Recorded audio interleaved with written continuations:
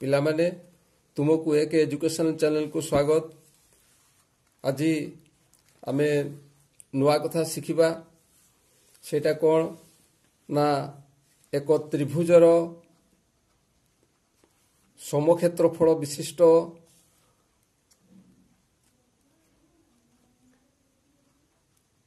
अन्य एक त्रिभुज अंकन करिबा।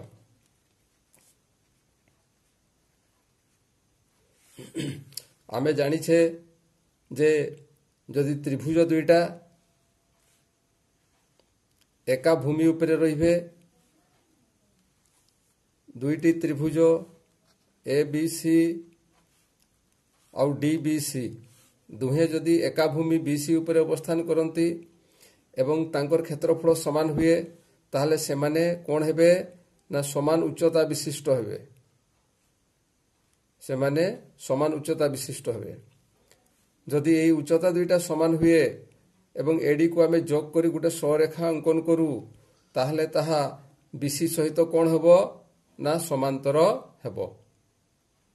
जदि बीसी सहित समांतर हुए ताहले A B C त्रिभुजर A B कोण सहित ए पाखरे जो बी ए एक्स ए कोणटा समान हेबो, कारण ये आउ ये एकांतर। बर्तमान ताहले एक त्रिभुजर समक्षेत्रफल विशिष्ट अन्य एक त्रिभुज आमे किपरि अंकन करिबा ना प्रथमे जे कोनसी त्रिभुज अंकन करिबा एबीसी अंकन कला परे ए भूमि बीसी सहित ए बिंदु रे एक समांतर सरेखा अंकन करिबा।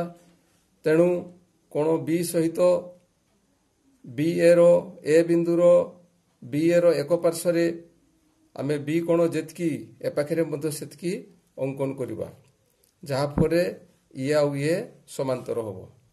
वर्तमान